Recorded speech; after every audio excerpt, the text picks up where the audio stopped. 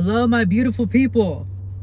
So I kind of wanted to talk to you about like when I came out as transgender to like my friends and my family and everyone that was in my life.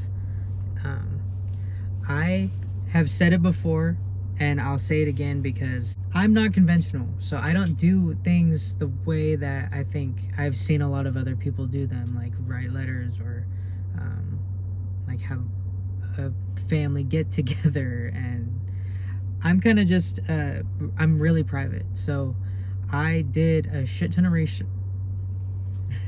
I did a lot of research and I went to therapy.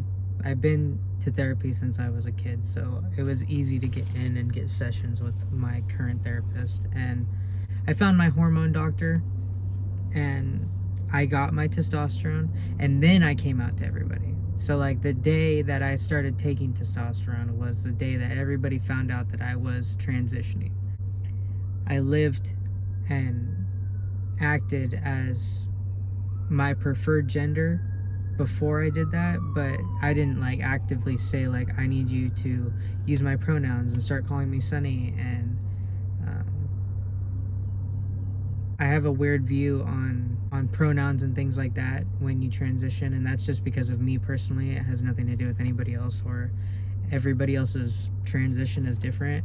For me though, I didn't want to I didn't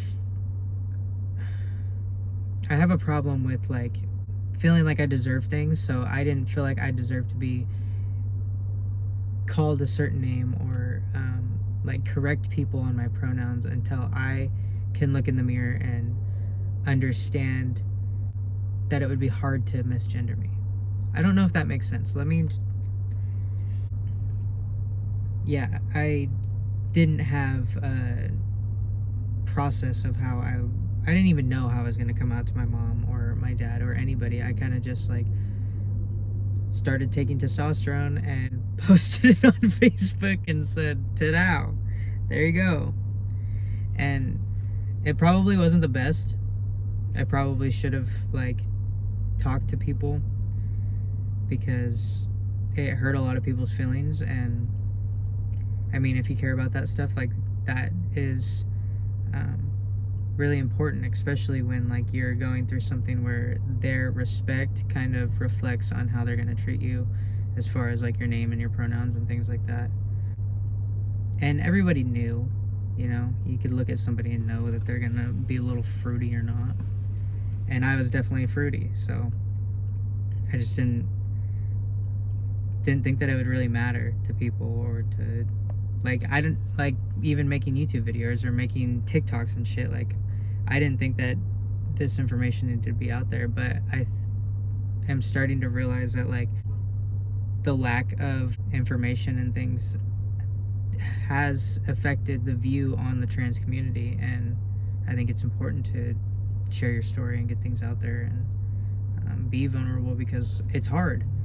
It's hard to be vulnerable because then it puts you in a situation where people are going to disrespect you and disrespect your boundaries and things that may trigger you. So it's not for everyone.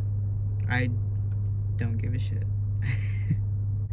Yeah, being vulnerable and open and honest about things like this opens you up to a lot more criticism and negative things. So I can understand why there isn't a lot of information or like help for the community when it comes to knowledge. Today's Monday. I don't know if I'm going to post this on Monday, but I'm going to do my shot and I'm going to run some errands. So I'm going to take you guys along with me, and I'll show you how I do my shot. But he has a cute little bag and shit, and I don't. I'm grunge, dude. But let's go. So I went to Dollar Tree and I got these 2 cutting boards, and I'm gonna cut them a little bit so that I can have 2 separate doors on my freezer like this. Because right now I have 2 pieces of glass that I got at the Dollar Tree too, because okay, so in the boat there is it's like a deep fridge, and then it has a little tiny freezer, and it doesn't have a top. So if you get a top, then it actually turns into a freezer. If not, it's kind of just a cold box. But right now there's just glass on top that we got at the Dollar Tree. But there's so much condensation that it freezes the whole outside, and I have to defrost the fridge like every, I don't know, like I try to do it once a week, but sometimes I don't. So obviously this is gonna have condensation too, but it might be a little better, and eventually I could put some like little flaps on it so that it is an actual door. So let's go do that. So I have to turn the fridge off and then pull everything out so that I can heat up some water, defrost the freezer, clean it out, dry it, and then put everything back in there. Because this is what it looks like.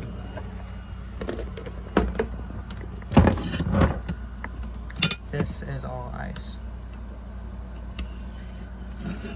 That black stuff is a washcloth that I ripped because it was frozen to it.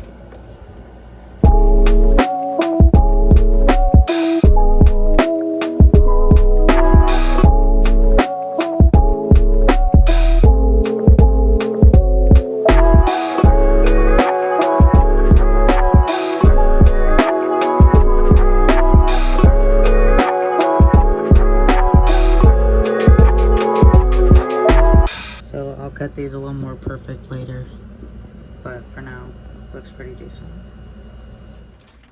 So when I do my testosterone shot, I get out all of my stuff. I have my needles, my testosterone. You need like band-aids and alcohol wipes. I don't have alcohol wipes right now. I just have alcohol and some toilet paper, and that's good enough for right now. So first you want to like sterilize the top. Make it all nice. This is supposed to be a sub-Q needle, but they gave me insulin needles, which aren't as small as the sub-Qs. So I don't know if you can see. It's actually pretty thin compared to the intermuscular ones, but it's pretty long. And this is a 3 milliliter syringe. Every time I get a new round of testosterone and everything else, everything's different. So right now I have the non-generic, expensive testosterone depot shot.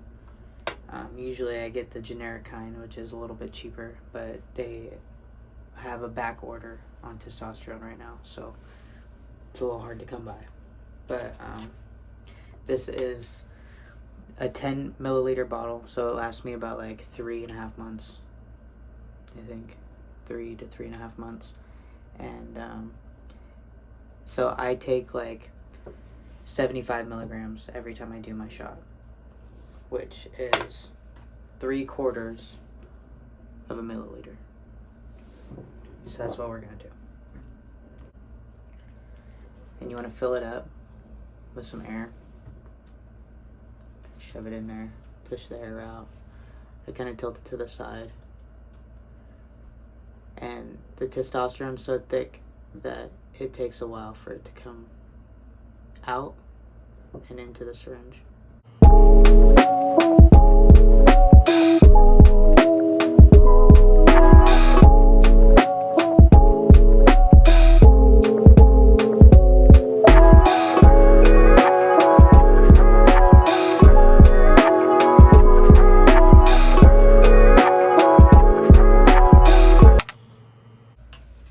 Yeah, so I just realized I wasn't in frame that whole time.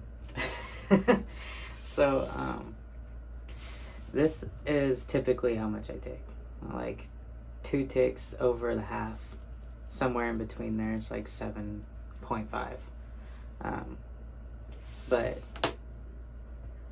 they may change your dosage over time, or they may not. They may just tell you to spread them out. I've had the same dosage since I started my transition. They'll probably change it here soon, but that's what it is for right now. When I started taking testosterone, I was using the intermuscular needles, so those are a lot thicker. Those are like, I don't even know this. I don't know what gauge this is, but it's like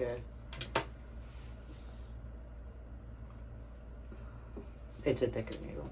But when that started to hurt a lot more, I went in and I told them that I wanted the subcutaneous needles, and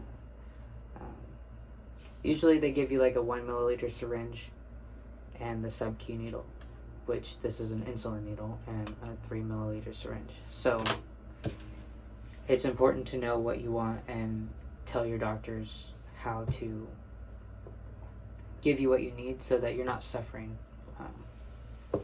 taking your shot every week. So I love you guys. I hope that you have a great day. Do what all the professionals tell you to do, and like, comment, subscribe. Leave me some stuff in the comments so that I know what you're looking for.